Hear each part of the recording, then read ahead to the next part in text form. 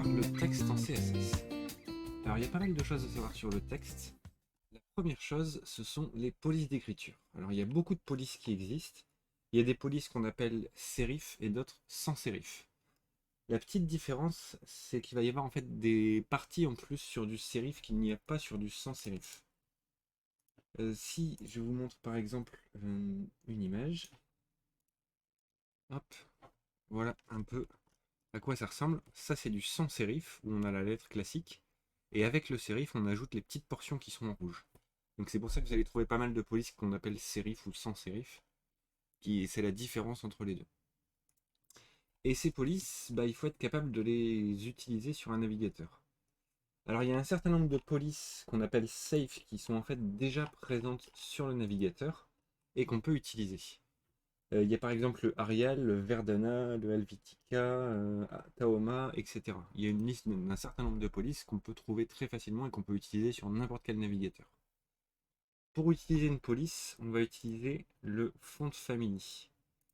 Alors, par exemple, si je fais un P, je vais reprendre un lorem ipsum. Hop.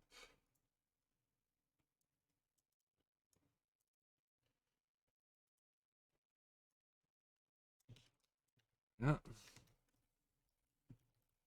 je l'affiche. On a le texte qui s'affiche. Alors, je vais zoomer un petit peu. Donc, on a le texte qui s'affiche ici.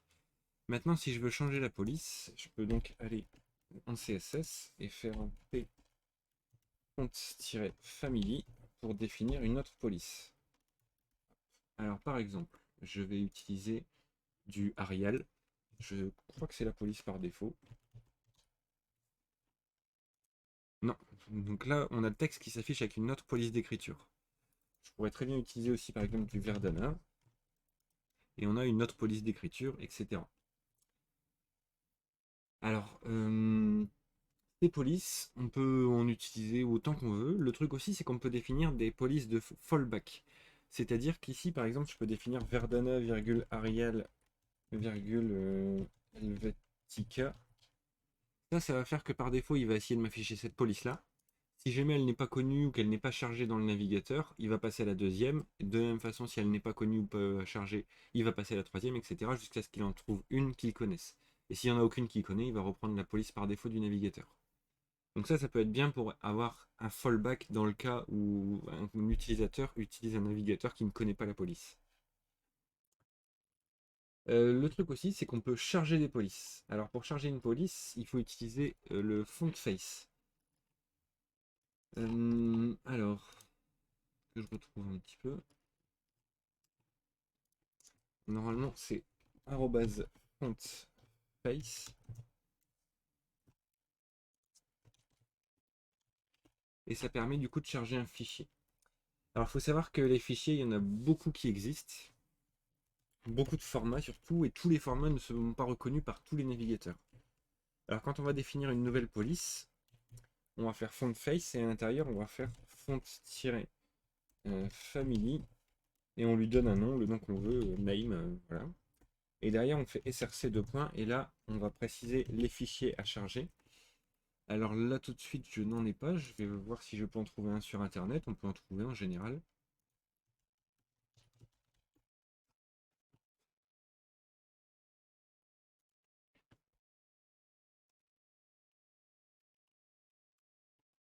Là, il n'y en a pas. Ça va être pareil à chaque fois. Je vais avoir du mal à en trouver. Le truc, donc, comme je disais, il y a plein de formats de fichiers différents qui existent. Il y a le format WOF, WOF2, il y a le TTF, etc. Le TrueType. Et ces formats, du coup, certains navigateurs en reconnaissent certains, d'autres navigateurs en reconnaissent d'autres. On n'a jamais tous les formats. Donc l'idée, c'est de préciser un maximum de formats. Donc là, je vais vous mettre un exemple que je ne pourrais pas faire fonctionner parce que j'ai pas de fichier de font ici. Mais pour vous montrer un peu comment ça fonctionne. Donc, par exemple, on pourrait charger du comic sans ms. Très mauvaise idée d'utiliser cette police, mais c'est pas un très bon exemple. Fichier WOF2, et du coup, il faut préciser le format après. Hop, virgule, Comme ça, en dessous, on peut préciser une autre URL pour charger un autre format de fichier qui sera peut-être reconnu par d'autres navigateurs. Et du coup, augmenter les chances que tous les navigateurs puissent le prendre en compte, ou un maximum en tout cas.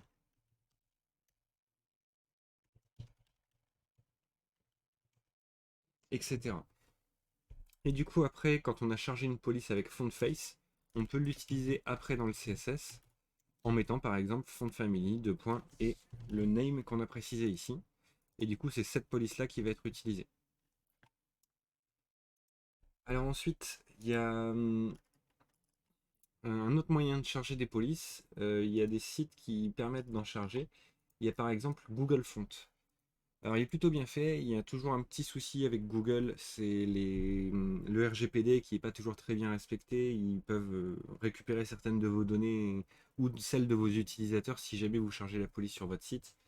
Mais bon, c'est Google, ils récupèrent toujours des données partout, quoi que vous fassiez.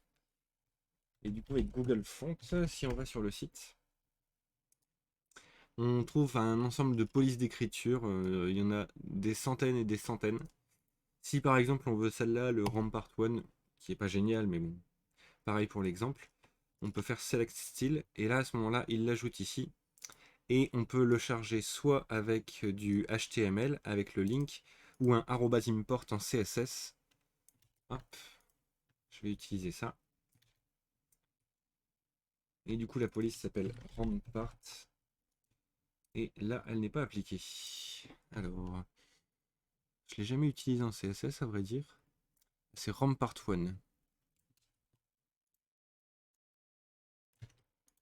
Voilà. Et là, du coup, la police a été chargée et elle est bien appliquée sur le texte. Alors, il y a plein de polices qui existent. Celle-là, elle est que dans un seul format. Mais par exemple, si on prend du Roboto, il y a beaucoup de formats qui existent, en très fin ou en très gras ou entre deux, etc. Et dans ces cas-là, en fait, on peut choisir d'en charger plusieurs. On va voir après comment les utiliser différemment. Mais par exemple, on peut choisir de prendre du Medium 500, du Regular 400 et du 900 italique. Dans ces cas-là, il va tout prévoir dans le link. On a juste à faire le import avec l'ensemble des éléments pour pouvoir utiliser la police.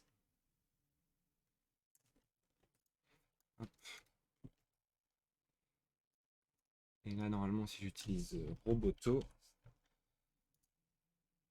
voilà, j'ai la police Roboto qui est utilisée. Normalement, je vérifie, ouais, c'est bien ça. Derrière, si on veut pouvoir utiliser l'épaisseur, donc le 400, 700, etc. Il y a un autre paramètre de font qui existe, qui est le font weight, qui permet de définir en gros le poids de la police, donc l'épaisseur. Si je précise du 400, là il va me l'écrire en relativement fin, alors que 700 il devrait l'écrire en beaucoup plus gros. Voilà. Et j'ai le 500 entre deux qui est un petit peu épais mais pas trop. Donc ça, le font weight, ça marche normalement sur toutes les polices. Après, il faut que la police dispose justement des différentes épaisseurs. Sur toutes les polices de base qui existent sur tous les navigateurs, normalement, il y a toutes ces possibilités-là. Il y a un autre moyen après aussi de modifier un peu la police, c'est avec le font style. Par exemple, on peut faire la propriété font style, deux points, et on peut choisir italique. Alors là, j'ai pas chargé l'italique sur le 500, ça a l'air de fonctionner quand même.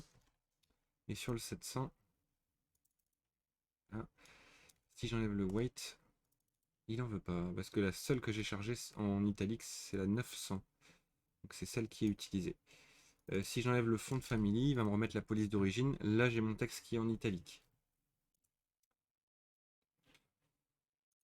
Il y a d'autres propriétés qu'on peut changer aussi au niveau du style.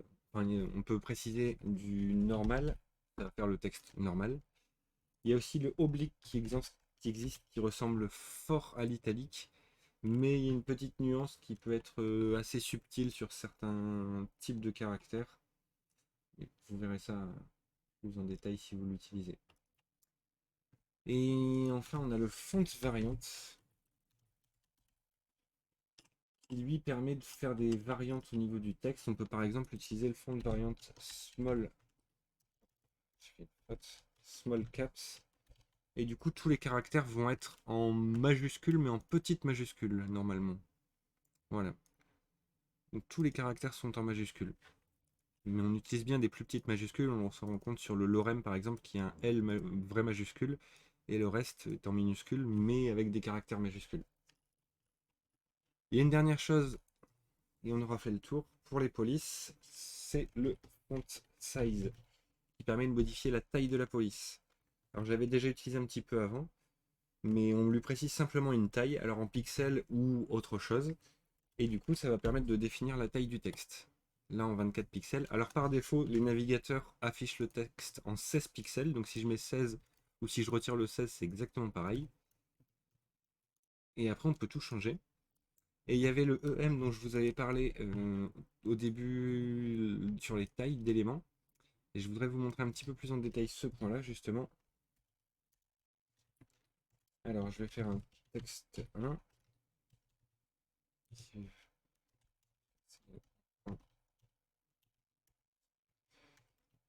Texte 2.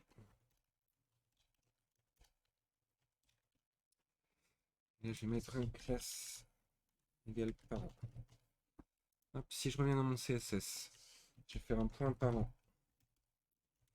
Font size 25px. Et un point enfant. Font size 25px aussi. Jusque là, il ne va pas vraiment y avoir de surprise. On a le texte 1 et le texte 2 qui s'affichent en 25px. Si jamais on commence à utiliser des EM, donc on avait vu la police de base c'est 16 pixels. Si jamais on utilise 1,5 EM, ça va faire du 24 pixels. Si je mets le deuxième en 24, on va voir que c'est exactement pareil. Et le truc, c'est que si je mets le deuxième en 1,5 EM, il va être en plus gros parce que le EM, on se base sur la taille du parent. Vu que le parent est déjà à 1,5, donc 24 pixels, celui-là va être à 1,5 de 24. Donc ça va faire 36 pixels ici. Alors que si on utilise du REM, là on est vraiment basé sur la taille de police par défaut sur la page, et là on est sur la même taille. De la même façon, si je reste sur EM ici et qu'ici je mets 20 pixels, le texte en dessous va prendre la taille du 20 pixels, il va grossir par rapport à la taille du parent qui est en pixels.